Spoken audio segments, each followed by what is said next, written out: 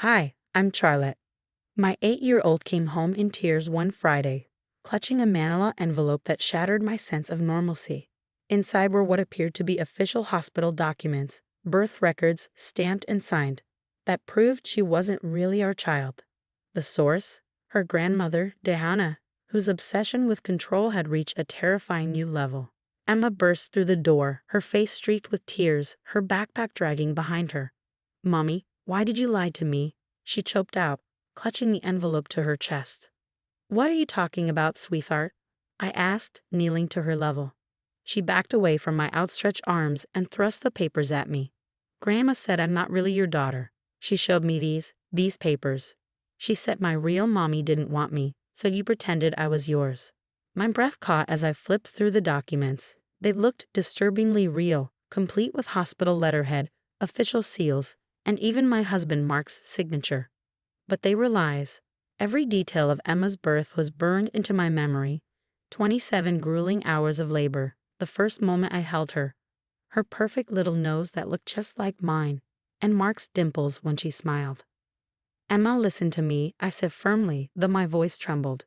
"These aren't real. You are my daughter. I carried you for 9 months. I have photos and videos to prove it." Emma's tearful gaze bore into mine. "Grandma said you'd say that. She said you made fake pictures because you couldn't have your own babies." Her voice broke as fresh sobs shook her tiny frame. The room spun. Diana's interference had always been intrusive. Unannounced visits, backhanded comments about my parenting, and undermining me at every turn. But this was a cruel new low. I immediately called Mark, my hands trembling. "Your mother told Emma she's adopted," I said, my voice cracking. "She made fake documents to convince her." "Charlotte, that doesn't sound like Mom," he replied, ever her loyal defender. "There's probably some misunderstanding." "Misunderstanding?" My voice rose. "Our daughter is upstairs, sobbing because your mother made her believe her whole life is a lie." Mark sighed. Okay. I'll talk to her."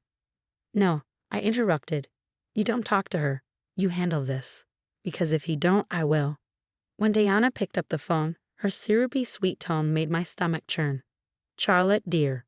What a surprise. "You know why I'm calling," I snapped. "How dare you tell Emma she's adopted? She's devastated." "Well," Diana said airily, "I thought you deserved to know the truth. Children need honesty."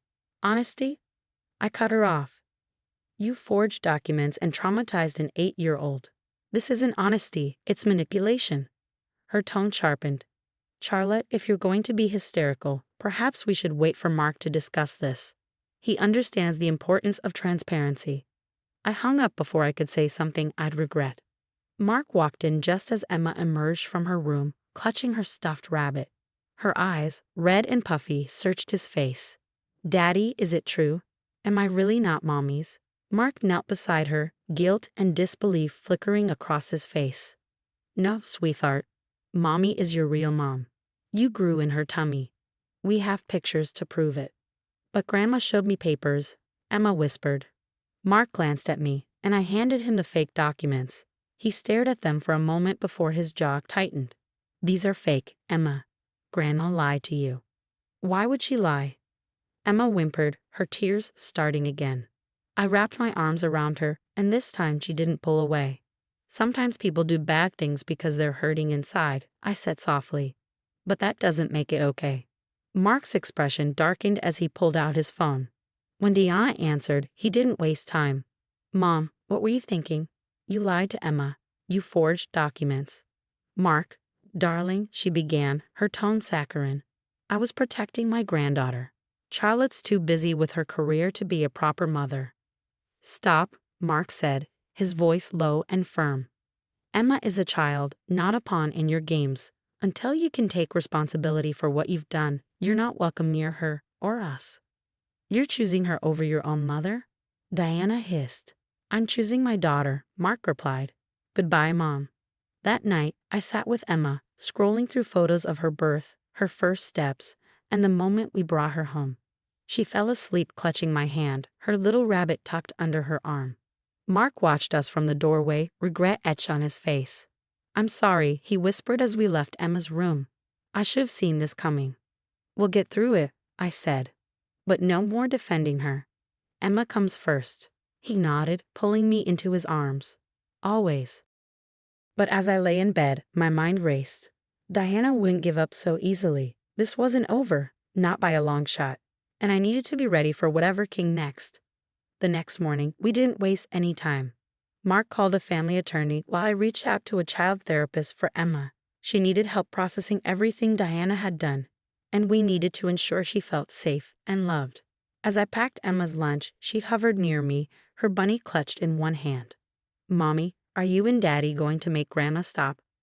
I crouched down to her level, brushing a stray hair out of her face. "Yes, sweetheart. Daddy and I are going to make sure Grandma can't hurt you anymore. You're safe with us." She nodded, but her little brows furrowed. "What if she tries again?" "Then we'll stop her," Mark said, walking in with his laptop. He set it down and knelt next to us. "We're a team, Emma, and no one, Grandma or anyone else, will come between us." Emma gave a small smile, but her grip on her bunny tightened. She wasn't fully reassured yet, and I didn't blame her. Diana's betrayal had shaken all of us. By noon, Mark's sister Katie came by with a folder of evidence she collected from Diana's house. Copies of the forged custody papers, the adoption documents, and even emails where Diana had reached out to a lawyer under the guise of saving Emma from an unfit home.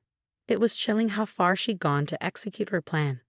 "This is everything I found," Katie said, her voice trembling. "I still can't believe Mom was capable of this." Mark flipped through the papers, his face growing darker with each page. "You did the right thing by reporting this, Katie. Thank you." Katie looked at me, her eyes full of regret. "I'm so sorry, Charlotte, for believing her, for not seeing what she was doing." I put a hand on her shoulder. "You didn't know. None of us realized how far she'd go. But now we do, and we're stopping it together." By the end of the day, we'd filed for a restraining order and handed over the evidence to the authorities. Diana was officially under investigation for fraud, and the lawyer assured us that her actions could have serious legal consequences. It was a small comfort, but it was a start. That evening, after putting Emma to bed, Mark and I sat in a quiet living room, the weight of the day settling in.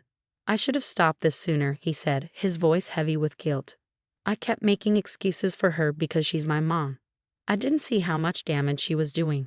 "You see it now," I said gently, "and you're standing up for us. That's what matters." He reached for my hand, squeezing it tightly. "She's not going to win, Charlotte. I won't let her."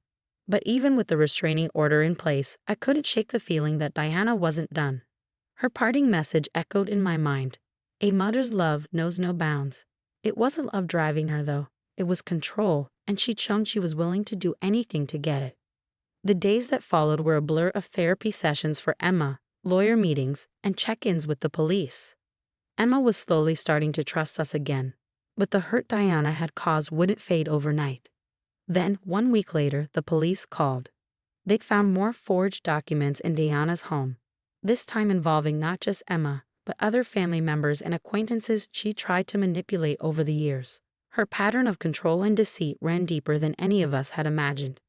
"She'll be charged with fraud and likely face court-ordered psychiatric evaluation," the officer explained.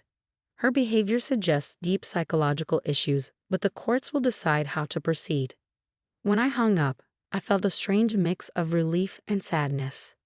Diana's actions had been monstrous, but at the root of it all was a woman who desperately needed help, and who might never admit she needed it. That night, Mark and I sat with Emma, showing her old family photos and telling her stories about her childhood. Slowly, her smile began to return, and the tension in her little shoulders eased. As I tucked her in, she looked up at me and said, "Mommy, I know you're my real mommy now. Grandma was wrong." I kissed her forehead, tears welling in my eyes. "I'm so glad you know that, baby. I love you more than anything in the world." In the weeks that followed, Diana was formally charged, and we began to rebuild our lives. Katie became a stronger ally, distancing herself from Diana's toxic influence, and Mark worked tirelessly to regain Emma's trust. It wasn't easy, but with every step forward, we became stronger as a family. Diana's voice, once a constant presence in our lives, was replaced by the sound of Emma's laughter and the peace of a home free from her manipulation. The road ahead would still have challenges, but one thing was certain. We wouldn't let her, or anyone else, tear our family apart again. The next morning, reality came crashing down when the police called. They had uncovered more disturbing evidence at Diana's house. Not just forged documents, but a detailed, chilling plan to rescue Emma from what she deemed our unfit home. Mrs. Walker, the detective said gravely, your mother-in-law had surveillance photos of your daughter's daily routine, her school schedule, and even maps marking potential extraction points. This goes far beyond family conflict. I clutched the phone, my heart pounding. Extraction points. Yes. She had a plan to take Emma during one of her unauthorized school pickups. We found packed bags, fake passports, and notes about relocation. This was premeditated. I relayed the information to Mark, who was pacing the kitchen, his face a mask of fury. She needs to be arrested, he said, his voice tight with anger. The detective agreed. We're bringing her in for questioning today. Based on the evidence, she'll likely face charges for document forgery, stalking, and attempted kidnapping. That afternoon, Katie called, her voice shaky with emotion. They arrested Mom. She completely lost it, started screaming about how we've all turned against her. The doctors think she's having a psychotic break. Diana was committed to a psychiatric facility for evaluation, where she was diagnosed with narcissistic personality disorder and delusional disorder. She had been living in an alternate reality, one where she was the hero saving Emma from my supposed negligence. Meanwhile, Emma began therapy to process everything. One evening, as she colored at the kitchen table, she looked up and said, Dr. Sarah says it's okay to still love Grandma but be mad about what she did. That's very wise, I said, marveling at her resilience. Emma was slowly reclaiming her sense of safety, but the road was long for all of us. 3 months later, we sat in court as Diana faced sentencing. She looked diminished, her once meticulous appearance now disheveled. The judge ordered mandatory psychiatric treatment, medication compliance, and issued a permanent restraining order to protect our family. As Diana was escorted out, Mark spoke softly but firmly. Mom, I hope you get the help you need. She didn't respond. That night, Emma climbed into bed with us. Will Grandma ever get better? She asked quietly. We hope so, sweetheart, I said honestly. But even if she does, things will be different. Sometimes loving someone means keeping your distance to stay safe. A year passed and life began to stabilize. Emma, now 9, was thriving in school and therapy. Then one day, we received a letter from Diana's treatment facility. She had made progress, they said, and was starting to acknowledge her actions. The letter included an apology. What do you think? I asked Mark as I handed him the letter. He read it carefully, his face unreadable. I think we keep the restraining order in place. Maybe someday, but not now. Emma's healing. We all are. Emma overheard us and looked up from her homework. Is that from Grandma? Yes, baby, she's getting help just like we talked about. Emma nodded, her expression thoughtful. Dr. Sarah says forgiveness is a choice, not an obligation. I wrapped my arms around her, amazed by her wisdom. That's absolutely right, and whatever you choose, we'll always support you. That evening, I watched Emma and Mark play in the backyard, their laughter filling the air. For the first time in a long while, I felt a deep sense of peace. Diana had tried to fracture our family, but her actions had only strengthened our bond. We had learned to set boundaries, trust our instincts, and fiercely protect what mattered most, each other. The forged documents remain locked in a drawer, a sobering reminder of how deeply betrayal can cut. But they also serve as a testament to our resilience. Love doesn't need to be proven through manipulation or lies. It's found in the everyday moments, in truth, trust, and the unwavering strength to protect the ones we cherish. Emma is 10 now, a vibrant and curious soul who often asks questions about Diana. But her questions have changed. No longer, why did Grandma lie?